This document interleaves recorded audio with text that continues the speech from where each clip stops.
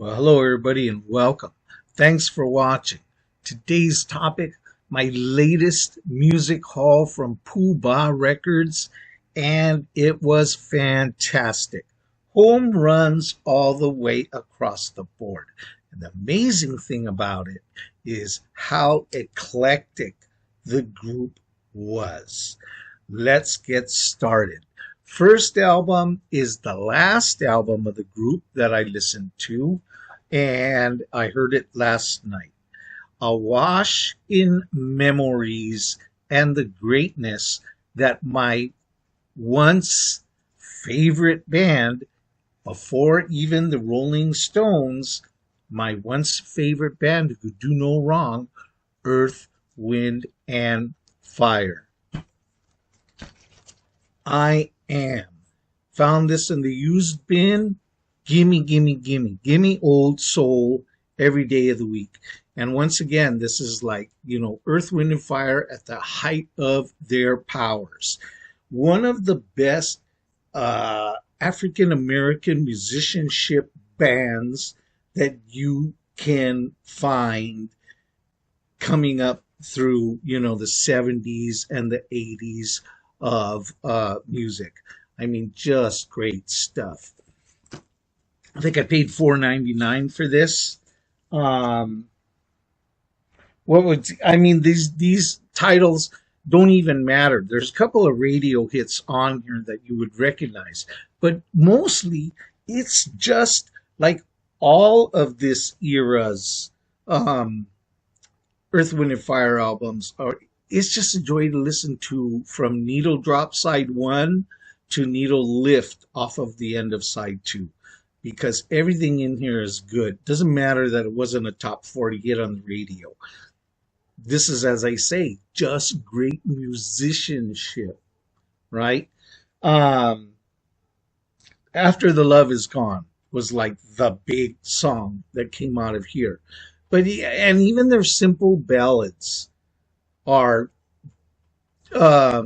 beautiful musically, and for the the singing of oh God, his name is suddenly escaping me. I'll remember as soon as I turn off the video. But Philip Bailey, yeah, his ballads. I mean, that was great stuff, and still is, and still holds up. But as I said, everything else on here, Mad Kalimbas for Maurice White.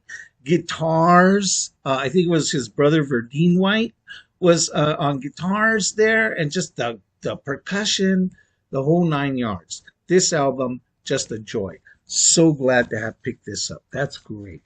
Now, next up, these are in order. They're just in the order that I stacked. This was actually was this the first one? I don't want to misspeak. No. Let's jump in order. And the first album that I played from all the albums that I bought, Welcome to England in the early 80s. This is such a good album. If you know New Wave, and if you know British music from the early 80s, you've heard, certainly Squeeze, Argy Bargy. There's a debate over Argy Bargy or Argy Bargy or whatever the hell. That's not the debate. The debate over is whether is this the best album of theirs or the other one, which of course the name escapes me at the moment. But which one's better? Well, I'll tell you what, side 1 of this album is the best side of any Squeeze album, as far as I'm concerned. I saw this in the used bin. Gimme. Rarely does Squeeze show up. Saw it, reasonable price. I think it was $4.99, and even then it was like a bargain. Like, give me that, man, for $4.99. And I flipped it over, and I looked at the back. I looked at the song titles. First song, what do I see? Pulling Muscles from Michelle. Give me that thing. Mine, in my pile. So, and this was actually the first album that I grabbed from the used bins. The first one that grabbed my eye.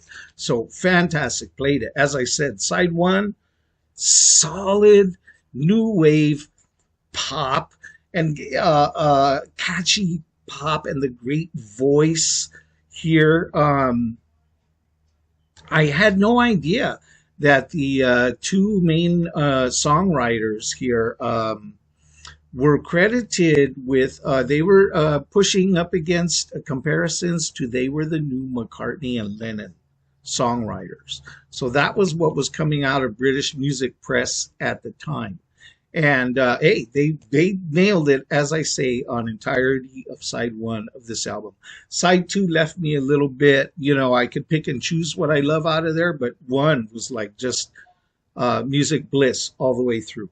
Here's another something that I had no idea, and I should have known this. I should have known, but now that I know, I'm glad because I see the musical progression. Jules Holland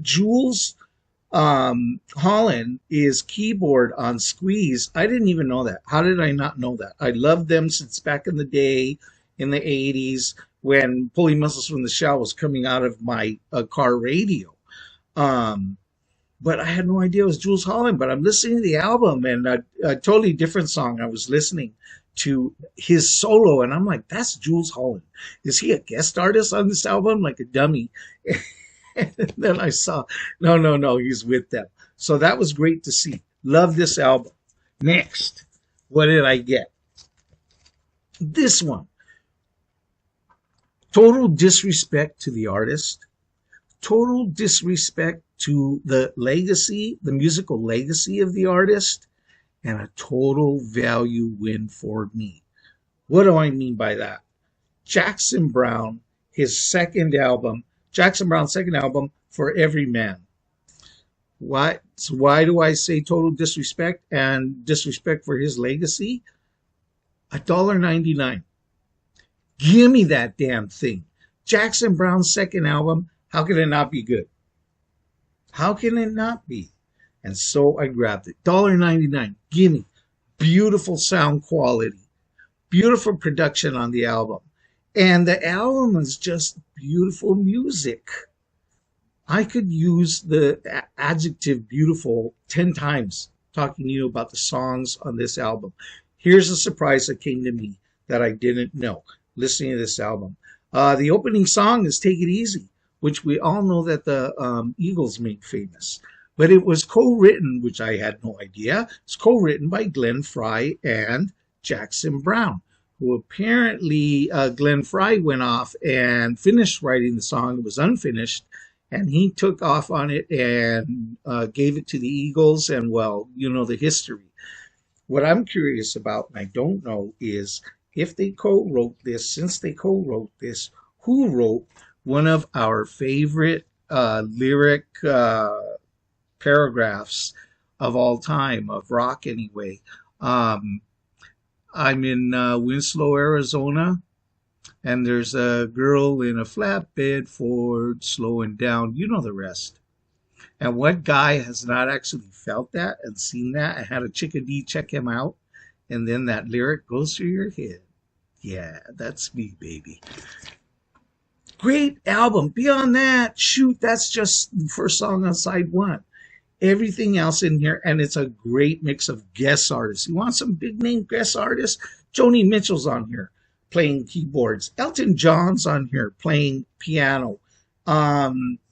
What's his name? Playing guitar. This is his guitarist. Is it Steve Winwood? What's his name? Oh, David Lindley. David Lindley's playing guitar throughout this album. It's fantastic. The lineup and the and they're nailing it. And the songs, once again, another album where I say the soundstage, beautiful. Get this album. Early Jackson Browne's second album. What do you call it? Must have, imperative album for Jackson Browne lover. Look at this, and I love this album cover design. Here we go. Peekaboo. Now you see him, now you don't. Jackson Browne's gone. All right, cute concept. Beautiful album. All right, let's put this away. Next up, see how eclectic.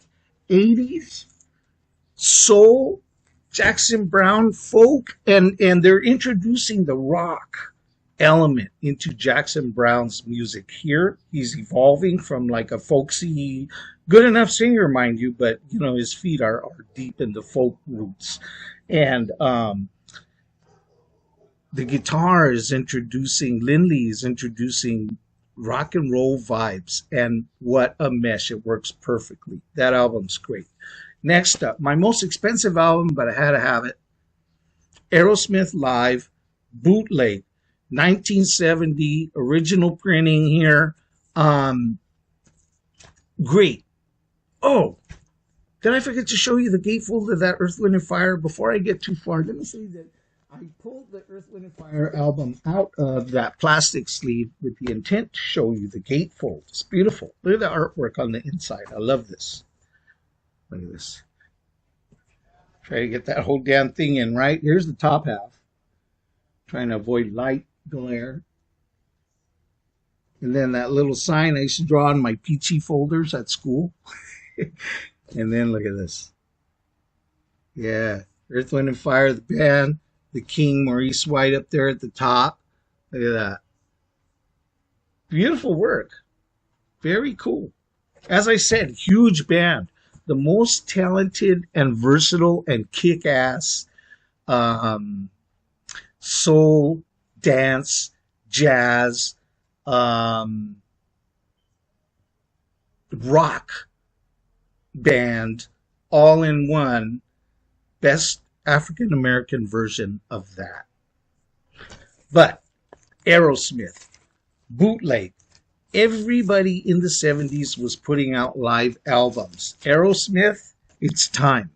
And what was the big thing about live albums in the 70s was also bootleg. Bootlegging was a thing.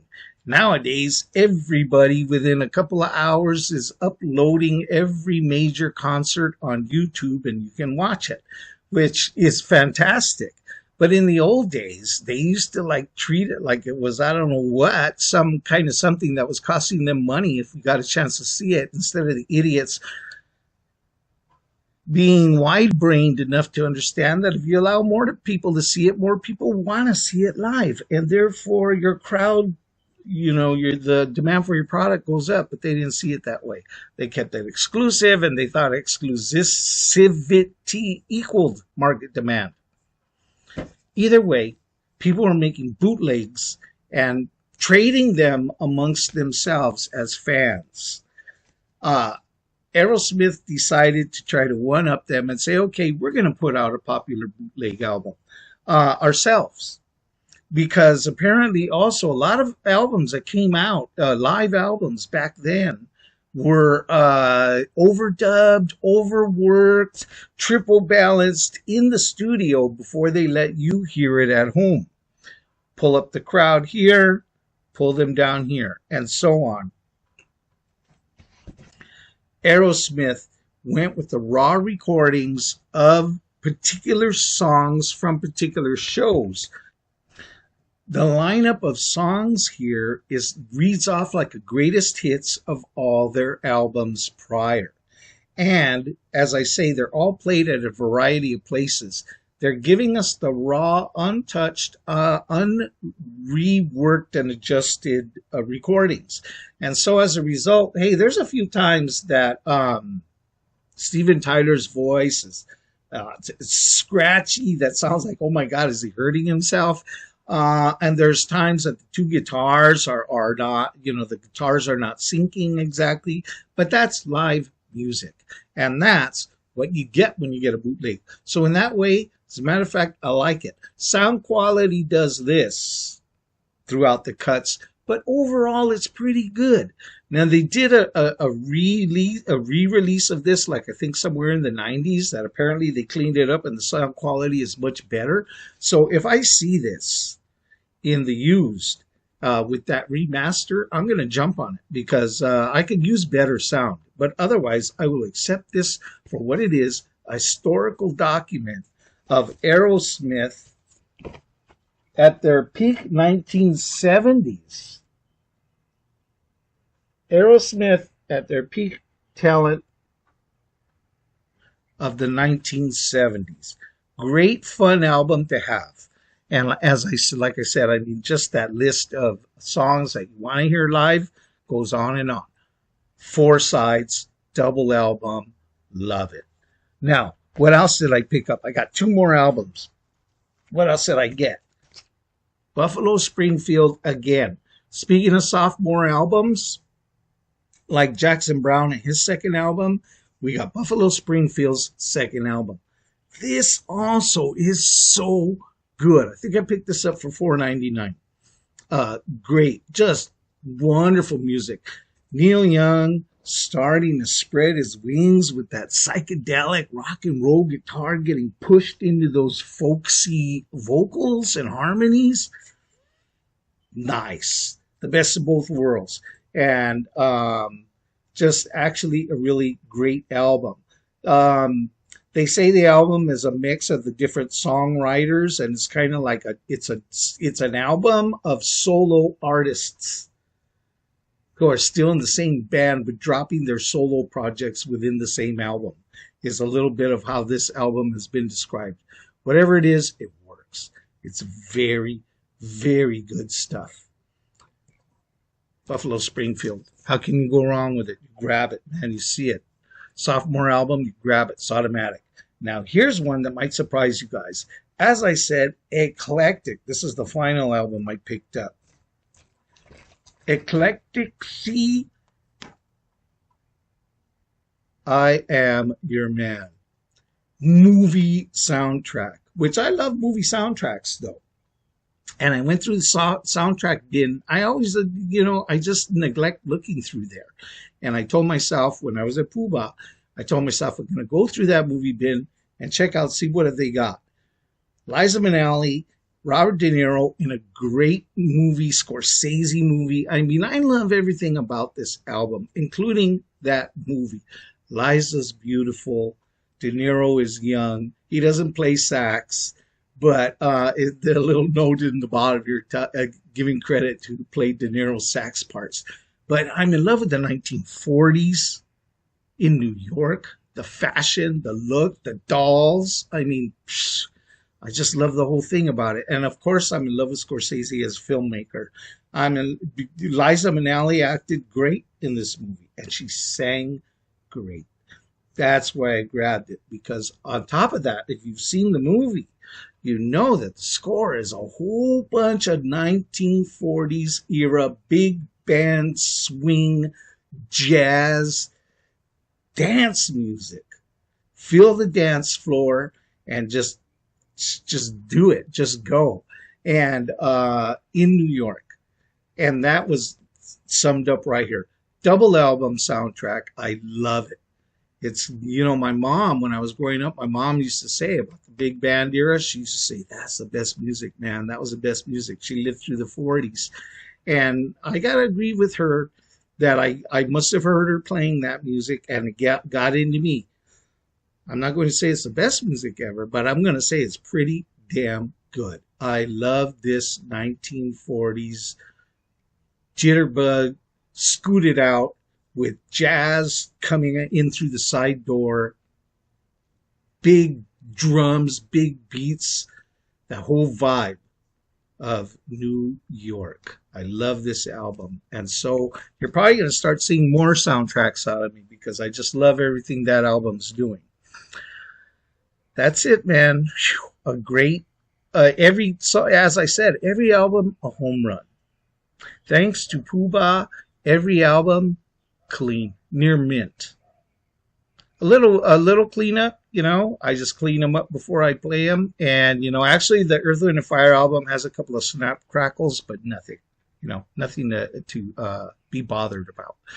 All the other albums, mostly very clean. So I'm very happy with that music hall. And I'm very happy that you came to watch my video, everybody. Thanks for watching. We'll see you next time. Peace.